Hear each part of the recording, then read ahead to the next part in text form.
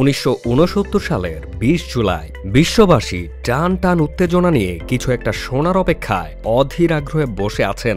উন্নত বিশ্বে যাদের টেলিভিশন আছে তারা টিভির পর্দায় চোখ রাখছেন, আর বেশিরভাগ কান খাড়া করে শুনছেন রেডিও। টিভি পর্দায় চাঁদে মানুষের অবতরণের দৃশ্য প্রচার হচ্ছে, আর রেডিওতে চলছে লাইভ কমেন্ট্রি।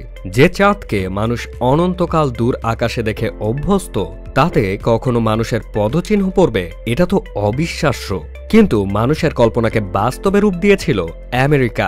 মানবজাতির প্রতিনিধি হিসেবে প্রথম চাঁদে অবতরণ করেন নীল আর্মস্ট্রং, বাজ অলড্রিন এবং মাইকেল কলিন্স।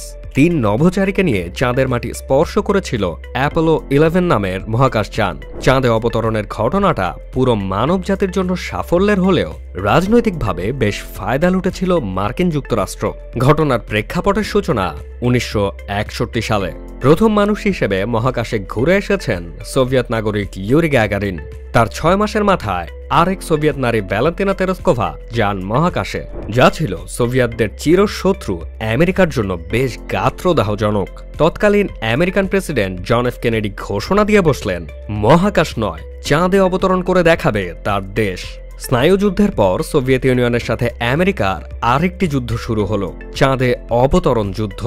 যে আগে অবতরণ করবে পৃথিবীর কাছে তার মর্যাদা হবে সবচেয়ে বেশি। নিউটনের মহাকর্ষ সূত্রের অতি সাধারণ প্রয়োগ ঘটিয়ে শেষ পর্যন্ত আমেরিকায় জয়ী হলো সেই যুদ্ধে। চাঁদের বুকে প্রথম মানুষ হিসেবে অবতরণ করলেন 3 আমেরিকান। কিন্তু যত ঘটনায় ঘটুক, সন্দেহ প্রকাশের জন্য একদল লোক ঠিকই দাঁড়িয়ে যাবে। খোদ সোভিয়েত যখন আমেরিকার কাছে পরাজয় স্বীকার করে নিয়েছে এবং বিশ্বাস করেছে চন্দ্র অভিযান সত্য, তার ঠিক 7 বছরের মাথায় বিল কেসিং নামে এক ভদ্রলোক একটি বই লিখলেন, যার নাম we never went to moon, America's $30 billion swindle. নাসার একটি ঠিকাদার কোম্পানির জনসংযোগ বিভাগে তিনি কিছুদিন কাজ করেছিলেন। বইটিতে তিনি বলার চেষ্টা করেন, মানুষ নাকি কখনো চাঁদে যায়নি। যুক্তরাষ্ট্রের সঙ্গে আসলে $3000 কোটি প্রবঞ্চনা করা হয়েছে। বইটিতে তিনি কিছু বিতর্কিত প্রশ্নের উদ্ভব ঘটান। সাধারণ পদার্থবিজ্ঞান দিয়ে বিচার করলে যে প্রশ্নগুলোর উত্তর পাওয়া সম্ভব, কিন্তু দুঃখজনক বাস্তবতা হলো মানুষ বিজ্ঞানের চেয়ে মুখরোচক গল্পতেই বেশি আগ্রহ প্রকাশ করে। আর যে সময় বইটি বের হয়েছিল তখন আমেরিকার টালমাটাল অবস্থা। একদিকে ভিয়েতনাম যুদ্ধে হার, আর অন্যদিকে ওয়াটারগেট কেলেঙ্কারি সামলাতে ব্যস্ত মার্কিন সরকারের বিরুদ্ধে বেশ আলোড়ন সৃষ্টি করে বইটি।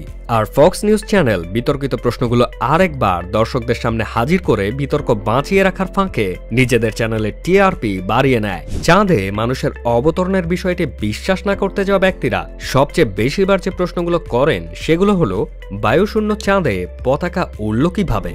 চাঁদের আকাশে তারা নেই কেন? যে পায়ের ছাপের ছবি বিশ্ববাসী দেখেছে সেটা কি নকল? এমন অসংখ্য প্রশ্নের উত্তর বেশ বুদ্ধিমত্তার সাথে দিয়ে থাকেন বিশ্বাসী পক্ষের লোকজন। তবে এই বিতর্ক চিরকালই মানুষের মাঝে বিরাজমান থাকবে। 2002 সালে একজন চলচ্চিত্র নির্মাতা চন্দ্রজয়ী বাজ অলড্রিনকে সেই প্রশ্নগুলোই করেছিলেন। অলড্রিন কি করেছিলেন জানেন? সেই ভদ্রলোককে শক্ত করে বসিয়ে দেন এক ঘুষি। মানবজাতির চন্দ্র অভিযান নিয়ে পক্ষে বিপক্ষে নানা তর্ক বিতর্ক ছিল, আছে এবং সবসময়ই হয়তো থাকবে।